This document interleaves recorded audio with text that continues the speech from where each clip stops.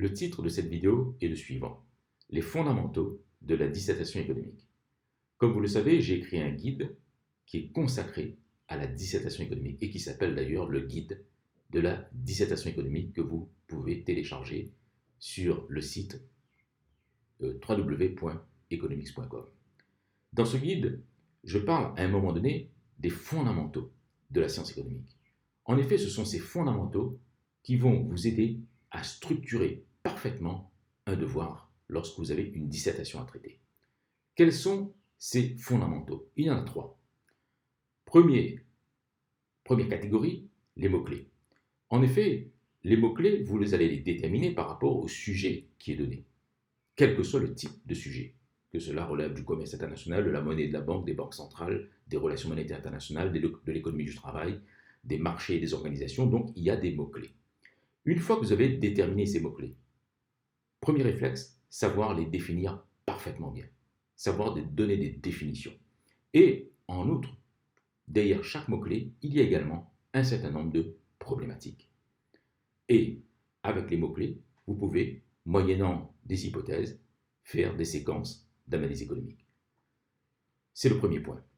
Deuxième point important, connaître les théories économiques.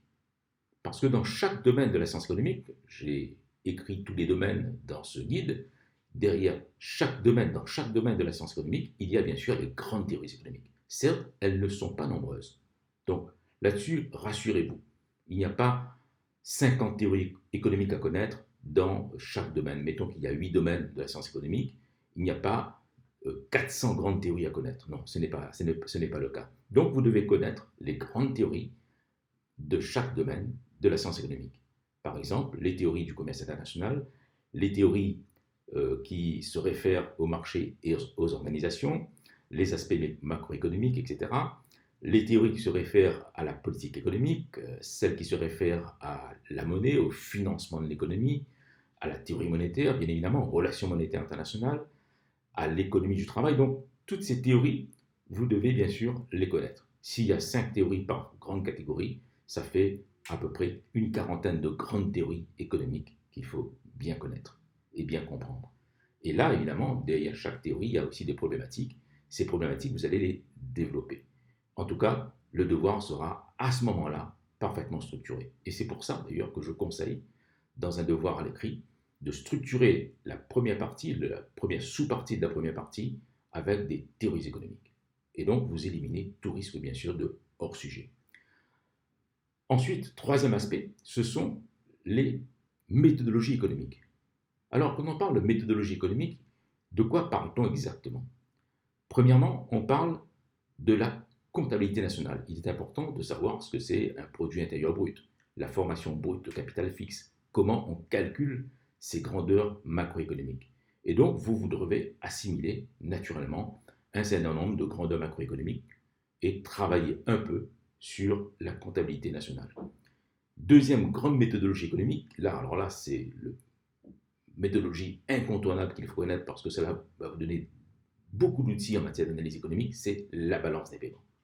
Balance des paiements parce que vous avez bien sûr le commerce international, les relations, les exportations, les importations de biens et de services, les revenus primaires, les revenus secondaires, les mouvements de capitaux, et tout cela va vous donner un plus en matière d'analyse économique. Par exemple, lorsqu'on parle de balance commerciale, on peut par la suite, avec des calculs simples, déterminer si un pays est compétitif ou pas, et donc calculer finalement ses avantages comparatifs, sa structure de spécialisation, ses fragilités, ses forces.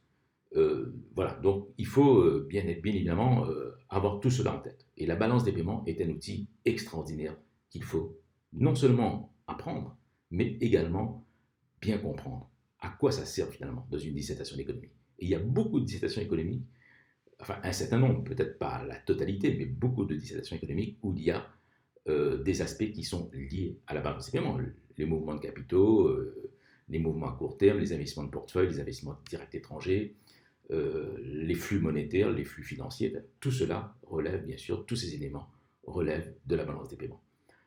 Enfin, bien sûr, troisième type de méthodologie, troisième catégorie de méthodologie, tous les indicateurs monétaires.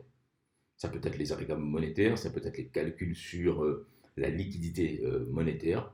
Tous ce qui relève de la monnaie des banques centrales, le refinancement des banques centrales, le refinancement des banques commerciales par la banque centrale, par exemple. Tout cela, il faut bien connaître les méthodologies. Donc, vous voyez que si vous avez un devoir à l'écrit à faire, n'oubliez pas ces trois éléments, ces trois aspects. Ces trois aspects relèvent, je le répète, des fondamentaux de la science économique. Voilà, j'en ai terminé avec cette petite capsule. Et relisez le guide si vous ne l'avez pas lu. Donc, si vous avez aimé cette vidéo, bien sûr, vous pouvez la liker, la partager et n'oubliez pas, bien sûr, de vous abonner sur notre chaîne YouTube. Notre site économique, c'est www.economics.com. Voilà, je vous souhaite un bon travail, une belle journée et je vous dis à très bientôt.